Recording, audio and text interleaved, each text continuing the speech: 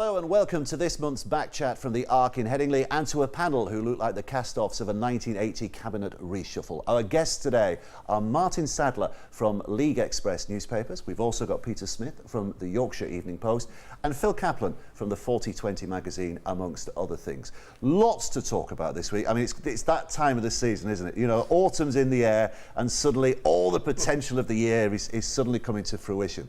So Phil, first of all, 6 into 4 won't go.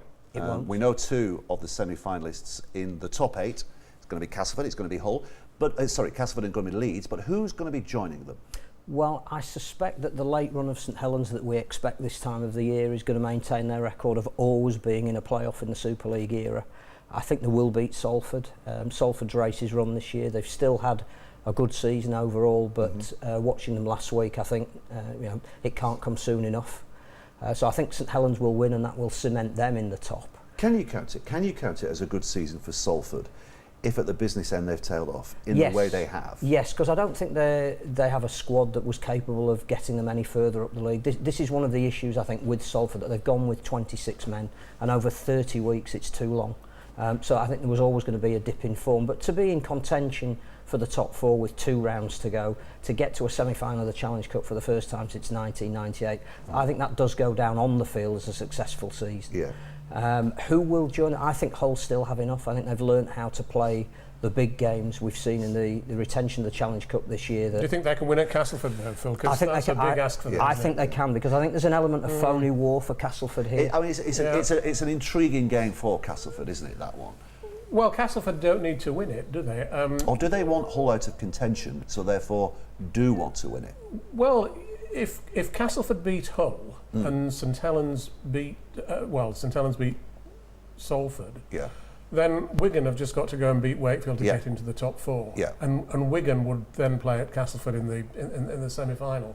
Would Castleford prefer that to, say, St Helens? If Castleford lose to Hull, then St Helens will probably finish 4th. Yeah. So would Castleford prefer to play Saints or Wigan? Well, I don't think Castleford care, Martyn. No. The 12 points clear at the top of the table. Probably if you're 12 not. points clear at the top of the table, no, but you don't need to be worried about. But if one team has had Castleford's number in the big games this year, it's been Hull. So do Castleford want Hull out of the way? They've beaten them narrowly twice. Challenge Cup was a pretty They were both at the KCOM Stadium. Yeah. When they played them at the Jungle, Hull were probably unfortunate not to win that one actually, but Castleford won it. Yeah.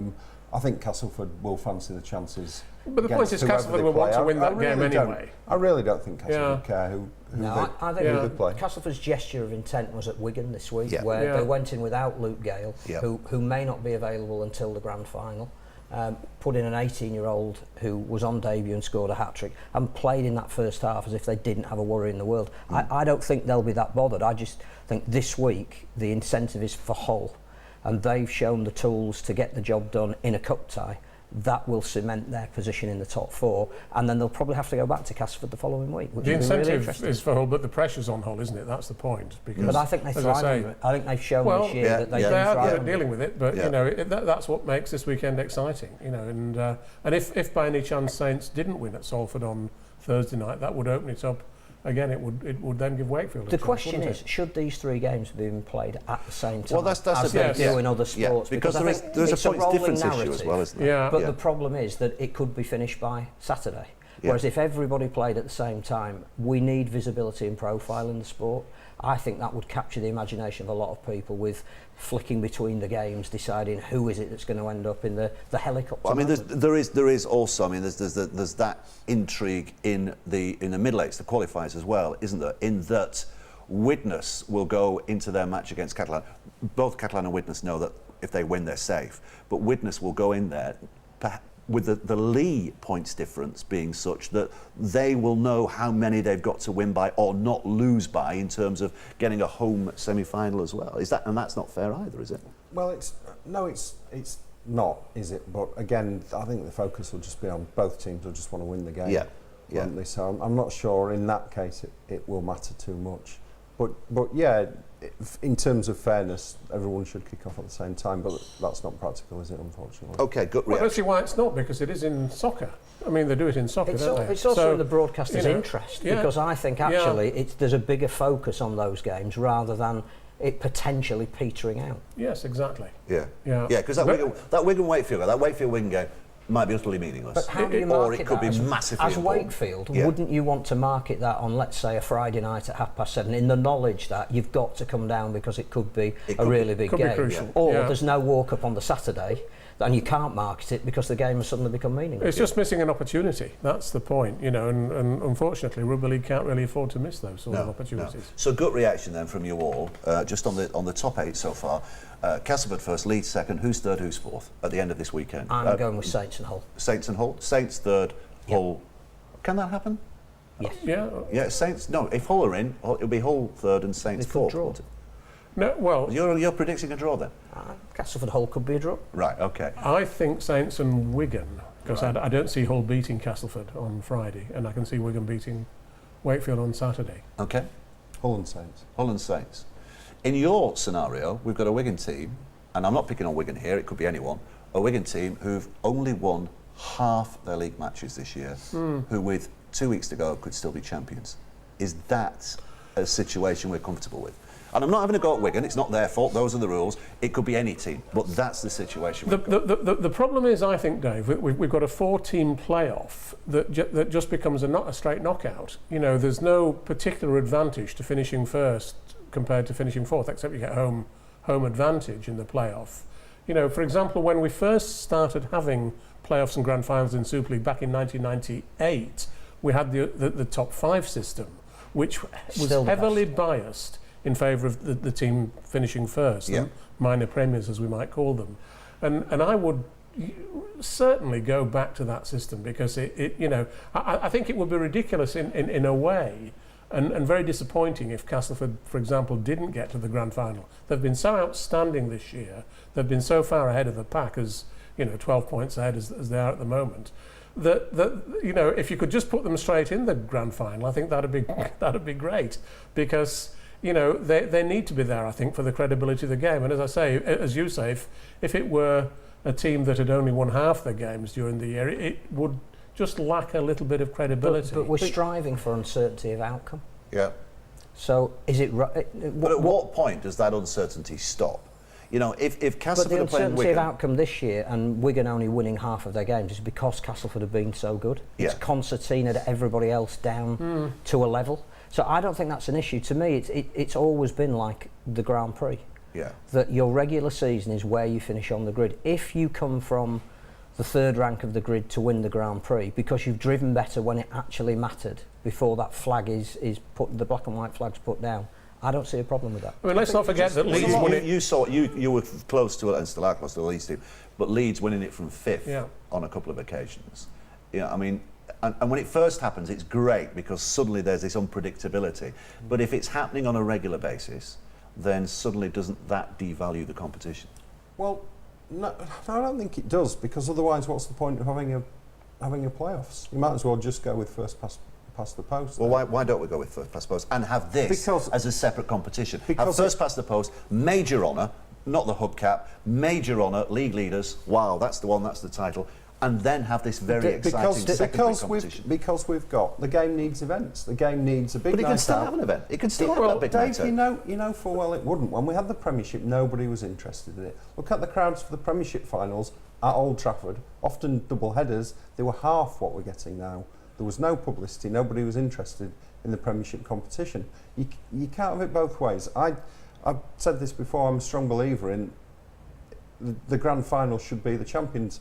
Castleford aren't the champions. They're the league leaders. They've done well to do that, but they've still got to go on and complete the task. I think what we need, though, is to put to make more reward for the team finishing top. So how about? I think there's merit in the 8s. So you could maybe have a top 3 playoff. League leaders go straight through to the grand final, and we have a knockout, second versus third at the ground of the second place team for the place in the grand final. Then finishing top brings a reward, it guarantees you a place in the grand final, but you've still got the grand final to decide the title. I think that would make a lot more sense. That's a bit of a variation on the top 5, isn't it? In that it's biased towards team number 1. If you have a top 5, you've then got a middle 3 who have not, at the end of the season. But that's fine. They're not involved in anything. That's fine. Why should they be involved in anything? I think. But it's a long time to. I mean, as we've got now, the structure we've got now, that's quite a few weeks that their season finishes early. But also, that's a different point. But does it cost them money, though? Does it cost them money to be playing games that... I mean, I look at the season is too long anyway. 30 games is far too long. And the 8s itself, has it worked for the teams that, particularly are in the qualifiers, where they're ending up in the position in which they have their financial disbursement? I'm not sure that, again, we've got this halfway house, but what we have to have, I think, is something moving towards what the NRL have got. And I'm not saying that we ape them, but they have had 25 different winners in consecutive seasons. Nobody can retain the title. It's too difficult a competition. That's partly because the salary cap is evenly distributed and the player pool is relatively equal. So you're down to, at the start of the season, whoever you support, you've got a chance of winning the competition. That's what we should be moving towards. But we are moving. We're not there, but we are moving towards that now, because Wakefield. It could have been a Wakefield Castleford grand final up till about a couple of weeks ago, and that's moving towards that. We're moving towards it in terms of the League Leaders' Shield, aren't we? Because it's that statistic of 6 winners in 6 seasons. Yeah. But less so in terms of the grand final. It's. How many is it? Still 5 grand finalists 4. ever? 4 grand finalists. 5. Bradford, 4 St winners. Helens, Wigan, Warrington, Hull. Yeah. So we've only had those 5. But only 4 winners. Yeah. Hull have not won it, have they? Yeah. And this is Warrington. Warrington have not won it. Yeah, and this is the 20th coming up. Yeah. So that does suggest a bit of repetition. Yeah, I didn't miss Leeds out of that list, didn't I? The 6 grand finalists. Yeah, exactly. Yeah. But I mean, if you look at football, you look at the Premier League for all the wealth they've got and for all the distribution of that wealth. But they haven't got a salary cap. Yeah, but no, that's true. But they've only had a cluster of 4 or 5 clubs that finished in the top 4. Name one. Well, you've said the NRL, but realistically, this is what happens in sport. You don't get different teams winning. I think you do in the NFL in American football, don't you? That's the whole ethos of American football is to create equality of competition. I think what the important thing is that this year has marked a watershed at the very top, because I think we've talked about a top 4, of which Bradford were replaced by Warrington. You now have to say that it's not just this year that Castleford have been impressive. It started in 2014 when they got to Wembley. Hull have now put down a marker. They've won 2 cup finals on the trot, and I think they now have the tools to keep most of that squad together to say we're really serious about being challengers every year. That's 6 teams all of a sudden. Yeah. You can put Wakefield in at the moment, but I think they need to do it over another couple of years. This is the start of their journey. They are almost Castleford in 2014. Yeah. If we can get 7 clubs in a 12-team league who genuinely have a chance when the season kicks off, we're moving towards something. Yeah. The fact is, we're going to change it all again, aren't we? Well, it would seem we assume so. 14-team Super League in 2 years' time. Yeah. Here we go again. Even though we went down to 12 because we didn't have the quality of player to support 14 teams. Yeah. And unfortunately, when we go back to 14, the chances are most of those extra players are going to come from Australia. That's the thing that I find very frustrating, really. We're still not producing our own players, and if anything, the player talent pool is declining. It's declining, yeah. I think what we need this year, though, is a new name on the trophy. I think that would crown this movement we've got towards spreading the glory around. I think, in an ideal world, you would have a Castleford Hull grand final. Would you? Because the guarantee is that you've got a new name on the trophy. Yeah, ideal worlds, don't often turn out I'm that just way, saying, I think that would be a sellout as well, Yeah. which is something, again, that we want. Yeah. And it would reward Castleford for their fantastic season. There's a lot of excitement about a lot of clubs. Leeds are going under the radar again. They finished 2nd, for heaven's sake. They're at home in a semi-final, and nobody seems to talk about them outside Leeds. The funny thing about this is, if you look back, I think if Leeds beat Huddersfield on Friday, which Huddersfield are a bit of a bogey team for them, but Leeds ought to win that looking at form. They'll be on 40 points, I believe. And when they did the treble in 2015, they finished with 41 points. Right. So that's quite a remarkable turnaround from last year. I was going to say, to come from when they were 9 last year. I think the whole, as Phil mentioned, the whole scenario has been a little bit affected by the fact that Castleford are so much better than everybody else. Yeah. But yeah, I think Leeds, they've been inconsistent, but so have everybody else. But if Leeds get into a grand final, they know how to win them. They've also got the added emotion of the farewells of two legendary players. I don't think anyone will be comfortable. Castleford have won the last 8 games against Leeds, but I think they would fancy the chances in the grand final. As I said, I don't think they're scared of anyone, but Leeds would have the edge in big game experience and the know-how, because it is a different week, the grand final. You have the press on the Monday, and then it's a short week, unlike Wembley where you've got 3 weeks building up to it. Yeah. And Old Trafford is a different sort of atmosphere under lights on a night. And I think Leeds would fancy the chances if they can get to the final. And home semi-final, all the teams are likely to play. They've beaten twice at Headingley this season. So I think Leeds will fancy the chances. Okay, Yeah. so grand just thinking about Leeds, you know them far better than I do, Peter, but most of their fans, I think, would say that this has been a poor season for them. I don't think poor. Well, when they finished fifth, it was McDermott out when they finished fifth, wasn't it? And they won the grand final. So. You know, most Leeds, I don't know about poor, but most Leeds fans don't think it's been a great season. Yeah, I think that's largely because Castleford are the big rivals, and Castleford are 12 points. I think 60-odd against them. Castleford have beaten them 4 times, including. I think also, to be fair, St Helens fans don't think they've had a good season. Wigan fans don't think they've had a good season. Yeah. But they're there on merit. They're still there. Right, finally, into the last minute of this section, your grand finalists then. We've had your semi-finalists. Who are your grand finalists? Oh, Castleford and Castleford and St Helens. If they avoid each other in the semis. Yeah. Castle Leeds. Castle Leeds? Yeah. Castle Leeds? Yeah, it's Castle Leeds. Castle Leeds.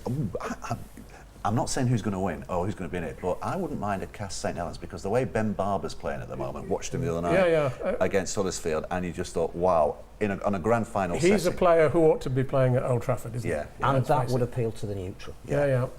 Anyway, but whoever it's going to be a fabulous grand final. It's going to be fabulous semi-finals as well. We've got a really intriguing weekend coming up as far as what's happening in the qualifiers is concerned as well, and we'll be talking a little bit more about that after this break.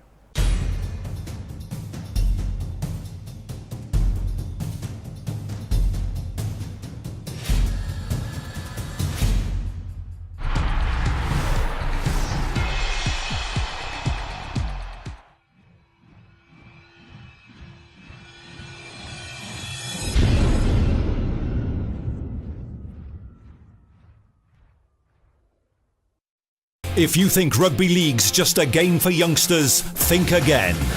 Masters Rugby League is a new form of the game, specially created for the over 35s. From full contact to non-contact, there's a pair of shorts for everyone. Get fit, make friends, have fun.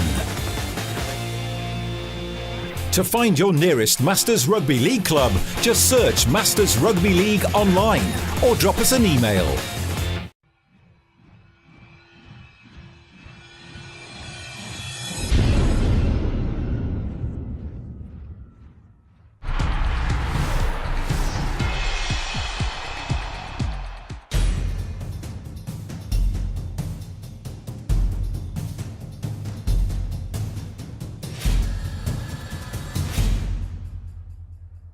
Welcome back to Backchat from the Arc in Headingley. We spent the first part talking about who's going to be in the grand final, who's going to be in the semi-finals of the Super 8s, the top end, the top echelons of Super League. But the most intriguing competition at the moment has to be the qualifiers, because it is, I think Tony Smith the other week described it as like watching a train crash. And it is, even if you're not involved, it's kind of nerve-tinglingly compulsive, isn't it? You know. So we've got this massive match this weekend. We've got Lee, first of all, have to go to London Broncos, but then we've got this massive match, Widnes against Catalan in Perpignan. I mean, that's barely watchable, isn't it? Because it's so tense. Whoever wins that stays up. Whoever wins that is fine. I was sort of going to make that point. It's sort of watch it behind your hands sort of thing. Because, I mean, nobody really wants to see anyone go down as such. It's a question of who you most want to stay up. And I've got nothing against Widnes at all, but I think we need Catalans in Super League. Why? Why? I was about to say that. For credibility reasons, I think they add something to the competition just from the fact that they're French. Yeah. I think people say they've not done an awful lot for the French game. I'm not sure if that's the case. They're watched by 9,000 people every week in the south of France. And do we really want a competition next year where there's absolutely nobody outside the M62 corridor? I don't think we do. Okay, so there's the case for having a failing French side in Super League who've done nothing to support the French national team. In what way are they a failing French side? They've had a bad season. They've had a terrible season. Yeah. So if you've had a terrible season, you fail. Well, they weren't bottom though, were they? Well, it doesn't matter because we've already had this debate. It doesn't matter, Peter. If you're adding that if you can win Super League by finishing 4th, 5th, or 6th in the regular season, then you should be relegated if you cannot stand the heat of the playoffs. The point you were making is if you finish 4th or 5th, you haven't had a particularly good year. No. So if you finish 3rd from bottom, maybe you haven't had you're not a failing team. They have had, let's face it, they've had a poor year, but I don't think they're a failing. The fact is, though, they have made some very poor recruitment decisions. They're not a failing club. No, when a club's getting 8,000-9,000 supporters, exactly. It's not failing. And actually, when you think about it, club commercially in Super. When you think about it, if you can get 8,000 or 9,000 people coming to watch when you're playing badly as the Catalans, that's actually the sign of a successful club. Yeah. Because how many other clubs that had played as badly as Catalans this season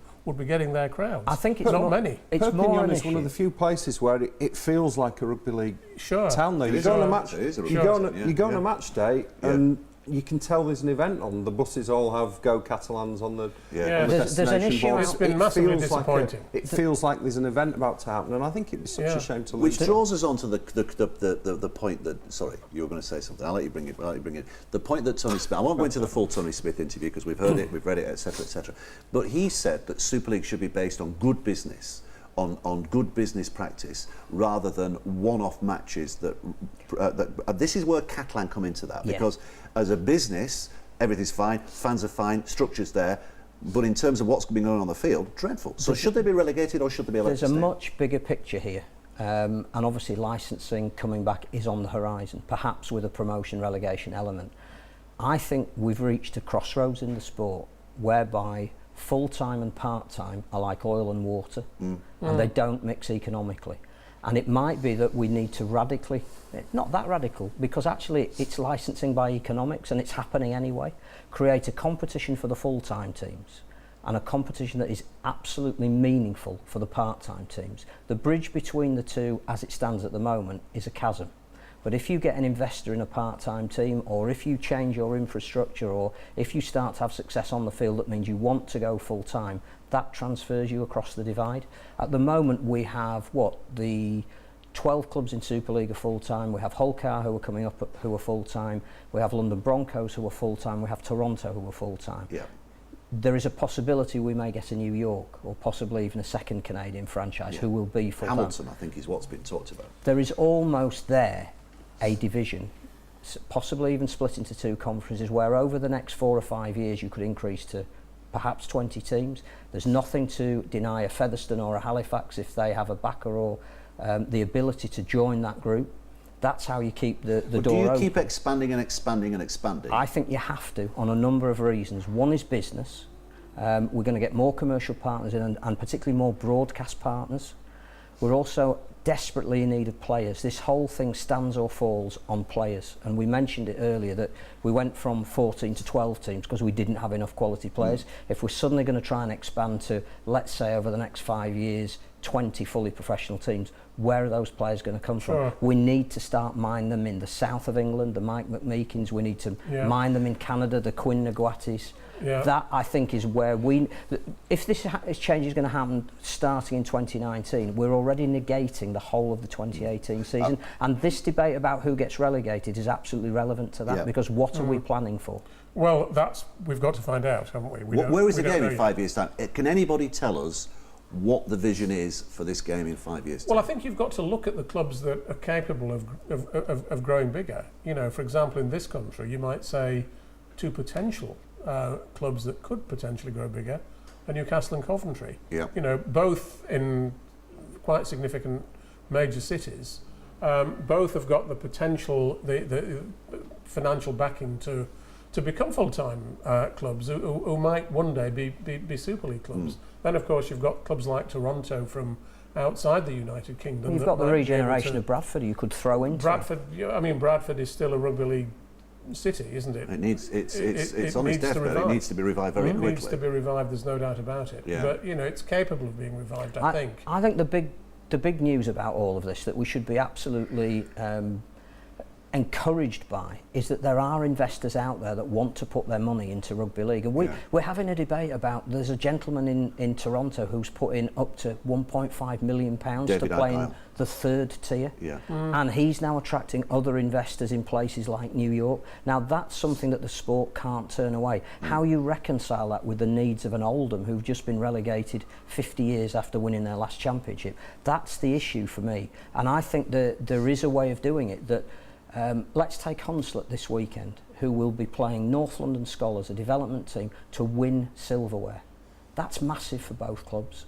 I'm not saying that should be their only ambition, but that in itself gives them something to survive for and to thrive for. They don't have to, both of those clubs at the moment, be looking to play in Super League in the next 5 years. You can structure a competition, and it's exactly the same in Club Rugby Union that services both. I'm not sure Hunslet would regard winning the League One Shield as having been a successful season. In fact, no. Well, I speak to a lot of Hunslet people. But it will be this weekend. I speak to a lot of Hunslet people, and they regard it as a very disappointing season. I would the thing is, they've made the best. They've made the best of a bad job. They finished. I think was it 9th or 10th? But silverware that's not good. That's not good enough for them. But the League One Shield has given them something to build on, and if they can win it against London Scholars this weekend, then they'll go into pre-season in a little bit of good heart. And I actually think Hunslet might be a team to watch over the next few years, because they won't keep putting Hamilton and New York in their division. But there are some investors who are interested in but they're not going to invest at the level of David. If we come back to David's point about where will the game be in 5 years' time, obviously that implies. Just arrived on. Nobody calls me David. that implies long-term planning, doesn't it? But the trouble is, and where Tony Smith does have it right, in fact, is that when you've got a promotion relegation system as we have, long-term planning, you don't get that much reward for, because everybody's planning is short-term to try and avoid being relegated or to try to be promoted. So the point is that most clubs in this situation will not give chances to young players, but will go and grab but there's a balance to be had, isn't there? There's a balance to be had, but it's a fine balance that we need to construct, isn't it? Because if we've got relegation like we have now, teams are going up and down, and that makes them unstable.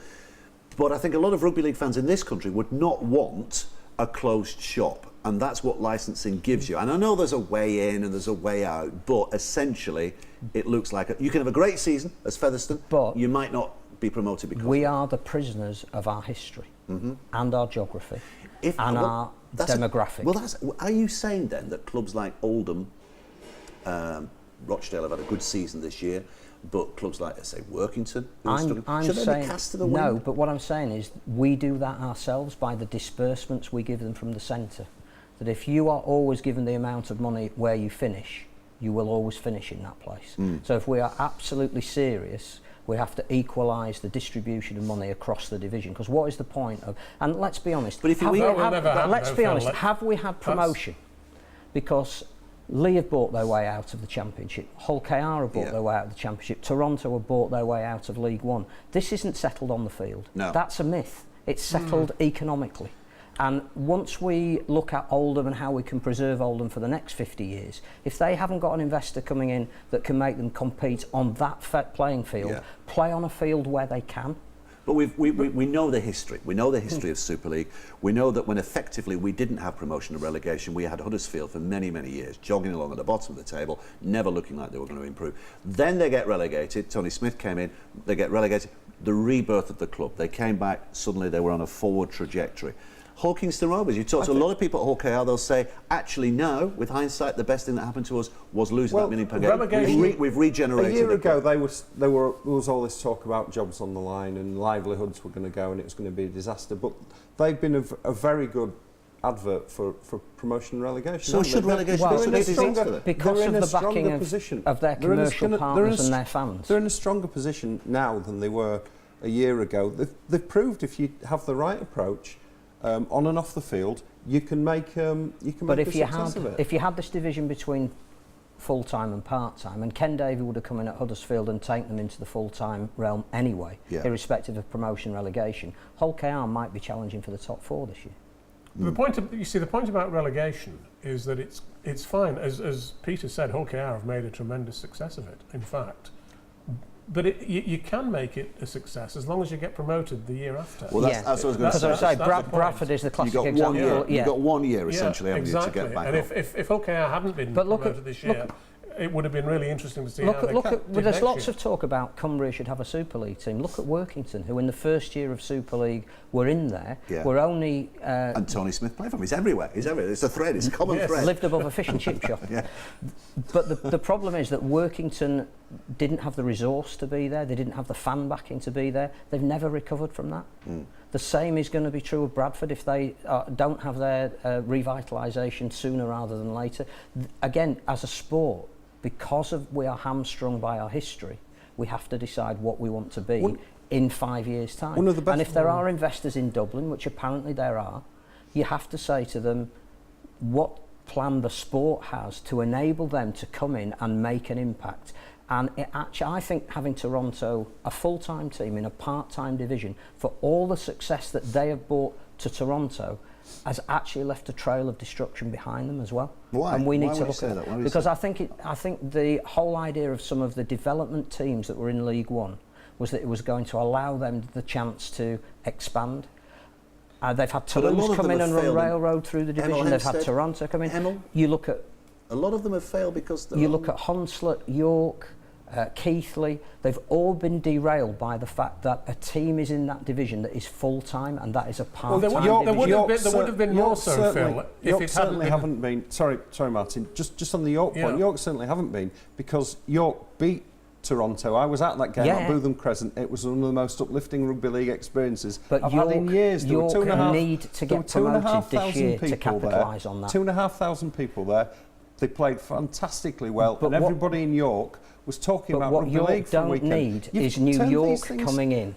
Turn these things into a positive. Well, they won't come in next year. But the point is, it would have derailed these clubs if there'd only been one promotion place. But the fact is, of course, York, as Peter says, they're still in it, still fighting. But they will then be uncompetitive in the Championship because of the distribution of money that they'll get. Well, but a lot of people said Rochdale before the start of the season. Rochdale will be uncompetitive in the Championship. They've survived. What can they hope for next year other than to survive? One of the best run clubs. What is Rochdale's ambitions anyway? Sorry, Peter. Go on. I was just going to say, one of the best run clubs in the whole game, in my opinion, are a part-time club that attract crowds of 800 and are quite happy to be a part-time club and have got no Super League ambitions. That's Batley Bulldogs. You look at the success Batley have had on their resources over that's what 20 I'm saying. or so they years don't want to be in the Super second League. tier. They've shown that you can make it work. Look at the way they've developed their ground. What would have happened if they'd have got promotion last year through the 8s? Would they have turned it down like Doncaster did in the Rugby Union? That I don't think is credible for the sport.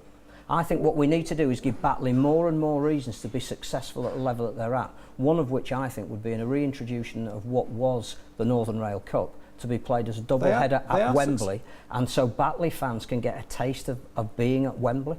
They are successful. I think you make it mean. Yes, but we're keeping it open for them to be a full-time team in Super League, and it's not what they want, and it doesn't help the sport. We need to give them... But they're achieving their own aims, aren't they? You know, you can't dictate to them what their aims ought to be. There is no cup for them to win. There is no silver. The best thing that happened to Batley, that regenerated Batley, was winning the Northern Rail Cup. You were talking a minute ago about the League One Shield being a great thing for Hunslet. For the moment. But Batley are in the semi-finals of the Championship Shield. Yes. You're saying there's no cup for them to win. I think that they need to be at Wembley playing for the equivalent of what was the Northern Rail Cup in a double header, which would solve the problem of Wembley not being full. What we'd all like to be at Wembley. On that, does anybody Hunslet again? Does anybody remember the? Was it called the Challenge Cup? Yeah, but that was for losers. That wasn't. It was a disaster. You had to lose the first round. Beat Hunslet 50-0, and nobody was interested. Well, I don't think that was a bona fide competition. I would which is suspect why that it only lasted a year. 1965 was the last major final that Hunslet were in when Brian Gabbitas won the Leinster Trophy shed. It was Ray Ashby when Wigan won the trophy. Absolutely. That particular day. It's like having teenagers around for tea, this, isn't it? It's like having an encyclopedia with us. Great arguments, and we're back for lots more arguments in the third and final part of Back Chat in just a moment's time.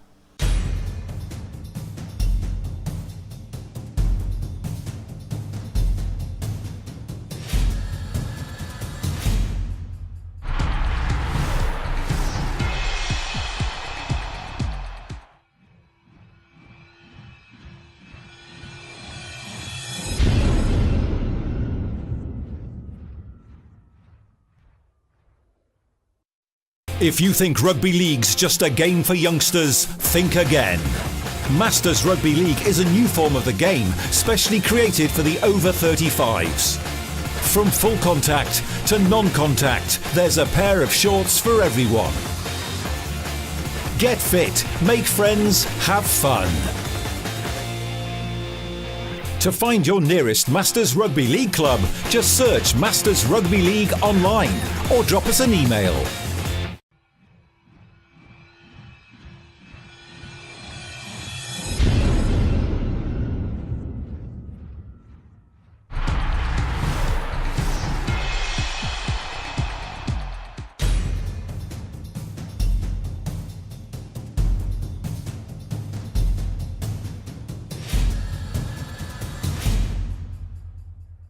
So welcome back to the third and final part of Back. Oh, we had some settling down to do in the break, trying to get them all back in order again.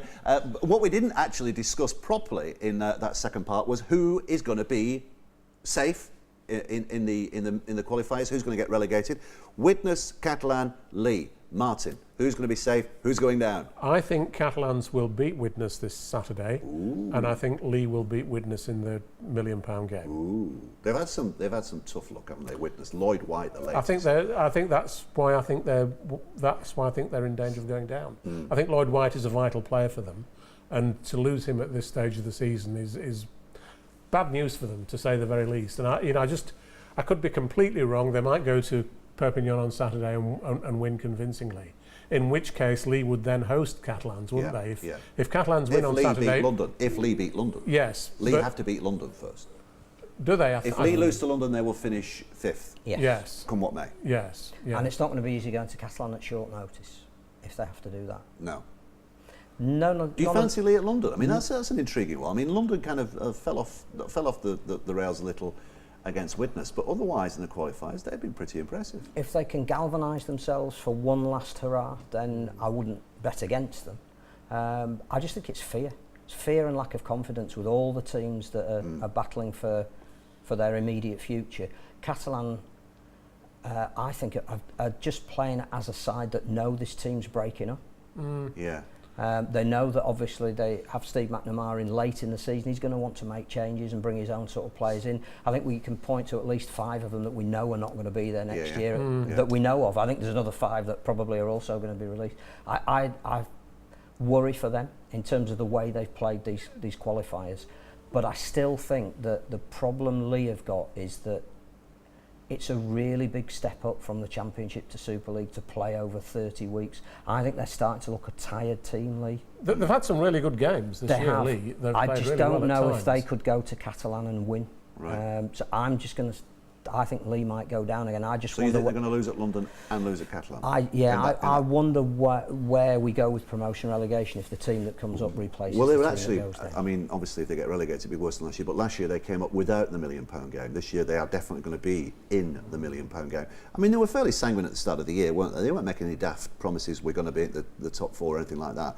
I think their owner Derek Beaumont said survival is, the aim, and if it's through the £1 million game, so be it. Who do you see? Who do you see is the greatest jeopardy at the moment? I think Catalan will beat Widnes, because I just think Widnes' injury problems are just mounting to key players, and I think probably Leigh would beat Widnes. But if Widnes beat Catalan and Catalan have to go away in the £1 million game, I think Catalan would go down. Yeah. Yeah, I think that. I think that. I think Caplan are very vulnerable. I think Lee will win at London. If I'm really honest, I don't know how the Catalans won at Hull KR on Friday night. I was amazed. Well, they should have. Well, the penalty and all the rest of it. They did everything. I mean, the Christian Inu drop. There were so many moments we thought that this not written in the stars. It just seems a very fractured club from the top to the bottom at the moment. Yeah, we're getting lots of stories about players falling, not just leaving, but players falling out as well. But to be honest, none of those three fill you with any confidence at the moment. That's the thing, isn't it? You analyse each of the three clubs and you can make a case as to why they could be going down this year. That's the problem at the moment. No one's got any trajectory. But great for Hawkinston Rovers. Good for the system that they're up. Would we have liked to have seen London in a £1 million game? I would like to see London back in Super League, but not yet.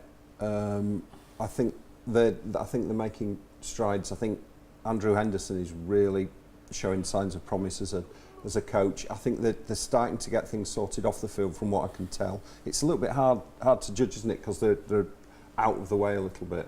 Yeah. The team have gone well this year. I think I'd like to see them go up, but I just think on and off the field it's a little bit too early for them. The important thing has been their under-19s this year. They're under 16s. That's right. I had a really interesting chat with David Hughes, the owner, the other night, and he was saying what really encourages him is the 16-year-olds that are coming in now, because what they used to get was 19-year-olds who'd never played rugby league suddenly being introduced to this sport. Now through what's he called, the ex-coach, Powell? Yes. Yes, Thingy Powell. Sorry about that. But he's saying that he's getting them at the 16 and he's educating them as rugby league players so that when they get into the 19s, they know rugby league. Actually, it's great to hear David Hughes saying he's being encouraged by things like that. He's been there such a long time, and he's had so many disappointments in his time at London, and it's cost him an absolute fortune. Who's been the outstanding second row forward in Super League this year? Mike McMeekin. He's been signed. Yes. Yeah. London. I think, is he from Hampshire? But Basingstoke. Southerner, brought up at London, came through their system. Yeah. And that's just fantastic. Who's been one of the great stories in the front row this year? Tony Club. I think the thing is, Peter, our sport ought to make more of that. Well, when Mike McMeekin gets in front of a camera and speaks with a Basingstoke accent, whatever that is. Same like Louis. You can't stick a camera in front of Louis McCarthy-Scarisbrook for obvious reasons. Said this years ago that actually there should be a salary cap dispensation that is more of a London weighting. Yeah. So that if somebody like, for example, Louis McCarthy-Scarisbrook is offered double the amount of money at St Helens, but we as a game need to keep somebody like Louis in London, the balance between the two shouldn't be counted on the salary cap. Should Louis not have a say on this? Louis might Louis would say, if you give me the money, I'll stay. He drives home every other weekend anyway. Yeah. But what I'm saying is we've got some great London players who aren't playing in London. Well, we've got some great Cumbrian players who are not playing in Cumbria. But the ability to get those back at some stage, or for them not to leave in the first place, added to the young kids that are coming through, there is a sign now. The shame is that David Hughes has spent close on £20 million to keep London going. Yeah. If with hindsight you could have said, we'll build a centre of excellence out of which we'll play the Broncos and the Scholars, and we'll have a home in London, and all the community teams will play their finals there, and all of the kids that are starting to come through and sample rugby league at Howard of Effingham School will all have a pathway through in London. Has he just sworn? Yeah. It's his favourite team name, we would have really have a footprint in the south of England. What we tend to do is go down there, do something, take all the best players away, like we've done with Wales historically, and we don't build anything or leave anything. You ought to write a book, Phil, saying what might have been in rugby league. That would be a tremendous book. It's in our DNA, to destroy the things we create. But the thing about London, I mean, now they're playing in Ealing, that they are nearer to their spiritual heartland, I think. And they've got all the teams together at the Trailfinders Club, and their crowds are still disappointing, but are just going up little by little. But I think the crucial thing for them is that they don't lose their coach Andrew Henderson. With Warrington looking for a new coach, my feeling would have been I'd have interviewed Andrew Henderson before anybody else for that role. Fortunately they're over in Australia trying to find an Australian coach. So probably they won't try and poach him from London.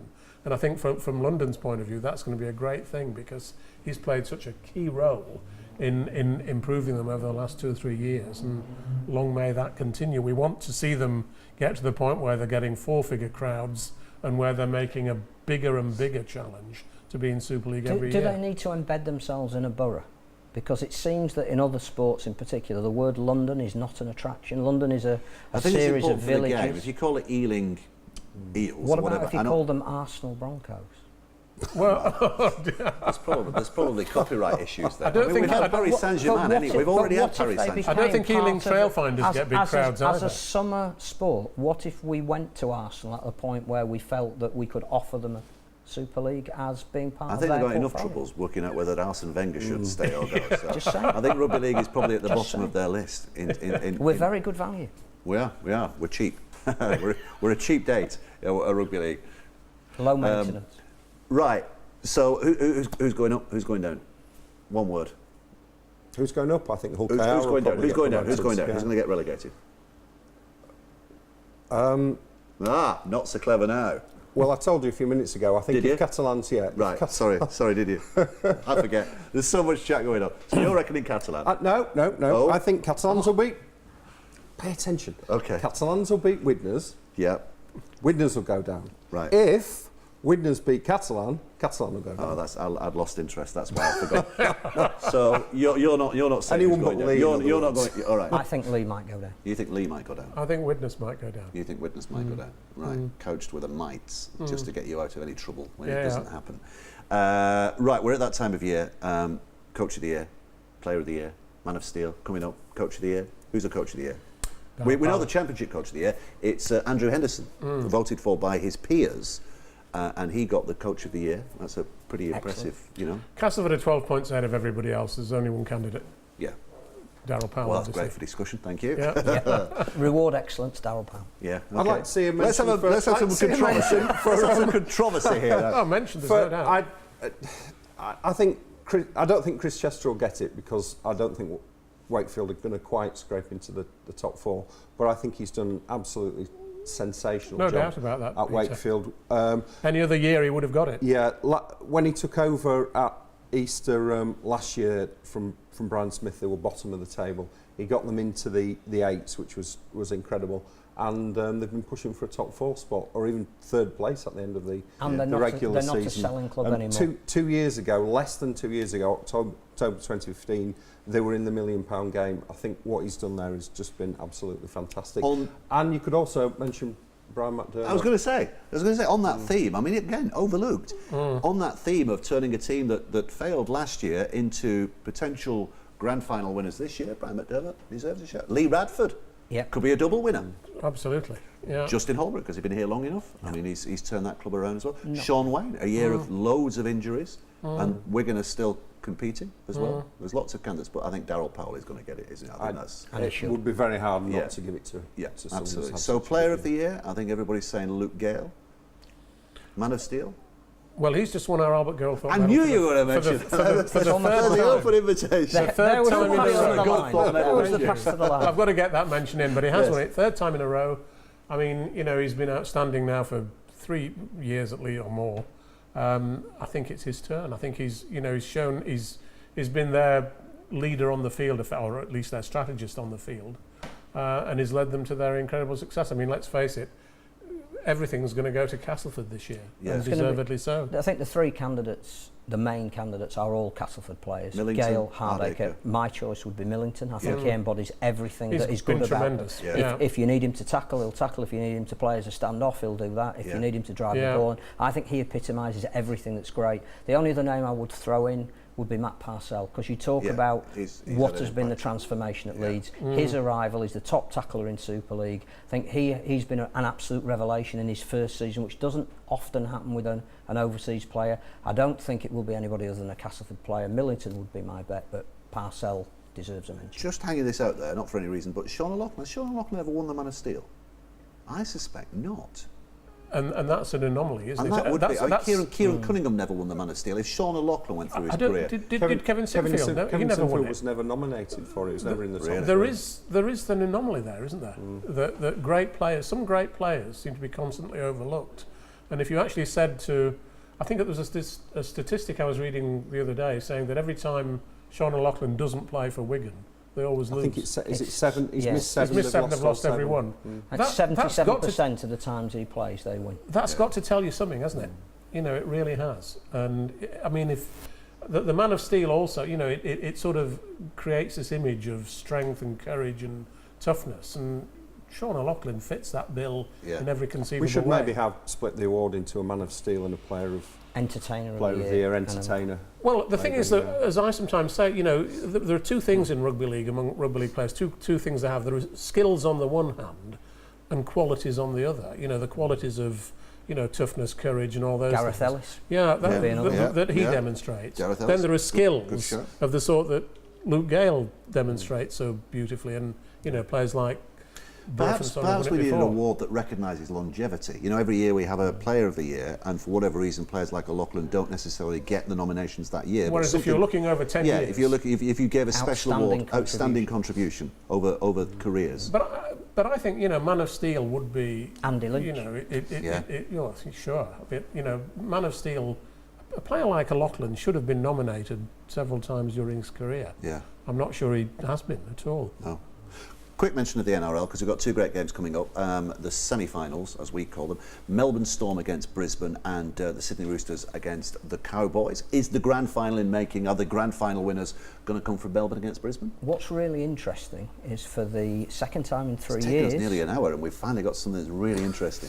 And by the way, if you're wondering why there's no wine on the table, it's just so that Martyn could get the word anomaly out without... Not just pretend interesting, but really interesting. Yeah. Is that for the second time in 3 years, 3 expansion teams out of the 4. Yeah, and only one Sydney club. I think there's a big thing going in Sydney at the moment. Get behind the Roosters. Yeah. We don't want an interstate. We don't want a Victorian or a Queensland win. We talked about it in the first part of the programme. Where does the sport want to be? There is a business case for saying, and it's proven in Australia, that you have to have some degree of expansion. Yeah, well, Melbourne are the perfect example, aren't they? Although that expansion's cost them a fortune, but I think they're the best run club in the world. 24,000. I think they're the best run club in the world now. Yeah. And I really, everybody said when they launched them in 1999, I think it was, or 98, that it was a foolish move by Rugby League, because nobody in Melbourne would ever watch Rugby League. They're all Aussie rules crazy, and yet they've got a fantastic crowd now, and they are. It's a shame superbly organised. They've got the best coach in the world. And everyone wants to get in. We're going to have to leave it. That's the fastest moving back chat I think we've ever been involved in, but we're right towards the end of the programme. And don't forget, you can see those matches, by the way, those NRL matches, right here on Premier Sports and Free Sports. These are the games. The preliminary final 1, Friday, September the 22nd. That's a 10:55 a.m. kickoff our time, Melbourne against Brisbane. And on Saturday, 10:40 a.m. kickoff our time, the Sydney Roosters against the North Queensland Cowboys. All the details, by the way, on www.premiersports, don't forget the S.com. But that's as far as we go for this month's Back Chat. We'll see you in a couple of weeks' time, but our thanks to our guests today, Martyn Sadler, to Phil Caplan and to Pete Smith. Till next time, goodbye.